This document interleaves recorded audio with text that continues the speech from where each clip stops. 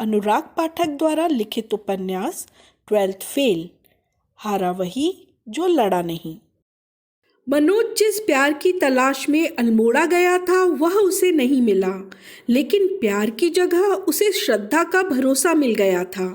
श्रद्धा के संदेश को मन में बसाए वह वापस ग्वालियर आ गया। दूसरे अटेम्प्ट की सिविल सर्विस की प्रारंभिक परीक्षा में अब केवल 3 महीने बचे थे। मनोज ने डायरी में लिखा, मैं तुम्हारी उम्मीद को टूटने नहीं दूंगा। तुमने मुझे सही राह दिखाई है। यदि मैं अल्मोड़ा नहीं जाता तो शायद मुझे यह रास्ता भी दिखाई नहीं देता।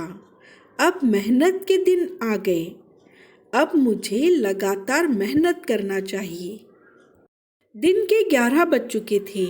मनोज और पांडे ने तय किया कि वे आज 7-8 घंटे लगातार पढ़ेंगे। साथ के कमरों में अविनाश, नवल और गुप्ता भी पढ़ रहे थे। तभी पीली कोठी में नीचे एसटीडी पर योगिता का फोन आ गया।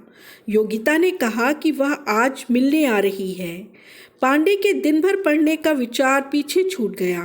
देखने के लिए अब सामने इतिहास की किताब खुली थी, लेकिन पांडे उस किताब में कुछ नहीं पढ़ रहा था। पूरी दोपहर ऐसे ही इंतज़ार करते हुए उसकी कट गई, पर योगिता नहीं आई, न पढ़ाई हुई। वह कभी छत पर जाता, कभी नीचे। वह योगिता के इंतज़ार में मचलते भूत की तरह पीली कोठी में भटकता रहा। योगिता के आने तक पांडे को अपना समय काटना था। इस उद्देश्य से वह नवल के कमरे में चला गया। उसे देखकर नवल ने कोई प्रतिक्रिया नहीं दी। अर्थात नवल नहीं चाहता था कि पांडे वहां खड़ा रहकर उसकी पढ़ाई डिस्टर्ब करे।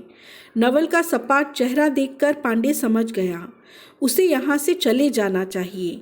वह अपने मन में नवल को गालियाँ देता हुआ कमरे से बाहर चला गया। 5 बजे योगिता के आने के बाद प्रेमी पांडे ने राहत की सांस ली। योगिता ने बड़ी सी आंख नचाते हुए कहा, सॉरी मैं लेट हो गई। 20 तारीख को मेरी दीदी की शादी है, आप लोग ज़रूर आइए। इतना कहकर योगिता ने शादी का एक कार्ड निकालकर पांडे के सामने टेबल पर रख दिया। 5 घंटे के इंतजार के बाद पांडे को अपनी प्रेमिका का 5 मिनट का साथ ही नसीब हुआ। योगिता के जाने के बाद वह लंबी सांस लेकर पलंग पर लेट गया। यह सुख की सांस थी।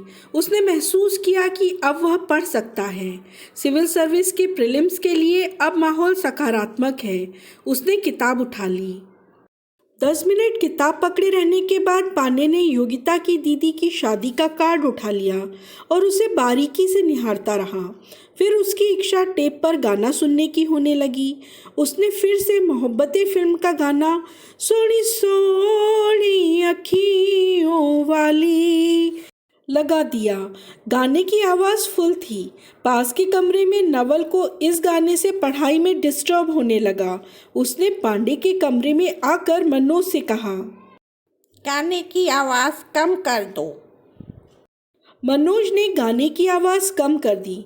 नवल वापस अपने कमरे में पढ़ने चला गया। पांडे ने मनोज से कहा, यह नवल पढ़ने का अभिनय बहुत अच्छा करते हैं। हम क्या पढ़ाई नहीं करते?